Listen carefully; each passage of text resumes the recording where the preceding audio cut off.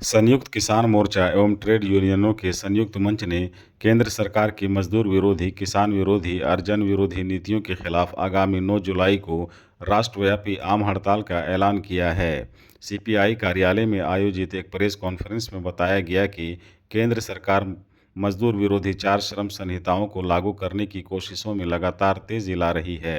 ये संहिताएं न केवल अस्थायी रोजगार को ख़त्म करती है, बल्कि ट्रेड यूनियन के अधिकारों, हड़ताल के अधिकार और सामाजिक सुरक्षा को भी छीनने की कोशिश है। बताया गया कि हड़ताल को 17 सूत्री मांगों के साथ आयोजित किया जा रहा है, जिसमें चारों श्रम संहिताओं को तत्काल रद्द करने, सभी मजदूरों के लिए 26,000 न्यूनतम वेतन और 9,000 न्यूनतम पेंशन सुनिश्चित करने, पुरानी पेंशन योजना की बहाली, महंगाई पर रोक और आवश्यक वस्तुओं को जीएसटी से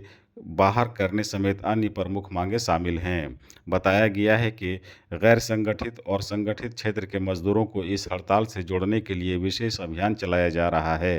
प्रेस वार्ता में एकटू के शुभेंदु सेन, एटक के अशोक यादव, संतोष रजक, लड़के अपने अधिकार प्राप्त किए थे। मजदूरों को जो अधिकार प्राप्त हुए थे कुछ कहा है उसको केंद्र की सरकार ने बदलने का जो काम किया, उसको 4 लेबर कोड में वो बदलने का जो काम कर रहे हैं, जिससे मजदूरों को हड़ताल करने की, उनके अधिकार, काम का जो अधिकार का समय, उन सब में कटौती के खिलाफ ये 9 तारीख को हड़ताल होगा, जिसमें इस देश की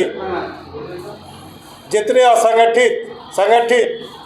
रेलवे, बैंक, सभी के कर्मचारी भाग लेंगे और जो भी किसान मजदूर भी इसमें भाग लेंगे। और ये हड़ताल केंद्र सरकार की जन विरोधी नीतियों के खिलाफ इस देश में एक पुख्ता मजबूत आंदोलन खड़े करेगा कि केंद्र सरकार जो मजदूर विरोधी, किसान विरोधी है, उसके खिलाफ ये उलगुलान भी है और एक तरह से कहते चेतावनी भी है केंद्र सरकार को कि अगर लेबर कानून में अगर आपने बदलाव करने का प्रयास किया तो हम आपको चैन से नहीं रहने देंगे। अगले चुनाव में इस बार तो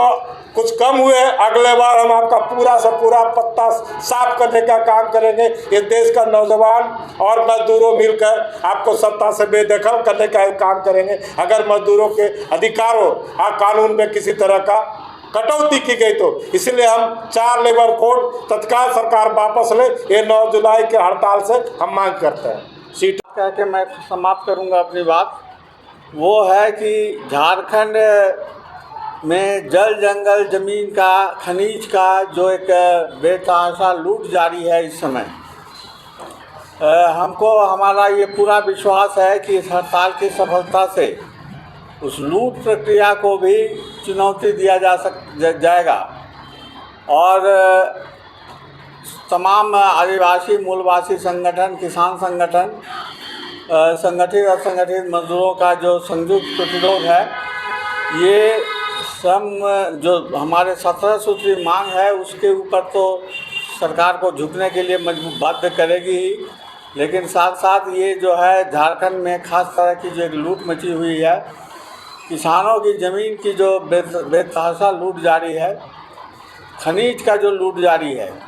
इस पर भी हम रोक लगाएंगे। इसमें एक ज़बरदस्त ये कुल मिला के ये हड़ताल जो है मैंने मजदूर आंदोलन के इतिहास में, किसान आंदोलन के इतिहास में एक मील का पत्थर साबित होगा। बस इतना ही कहना है मुझे।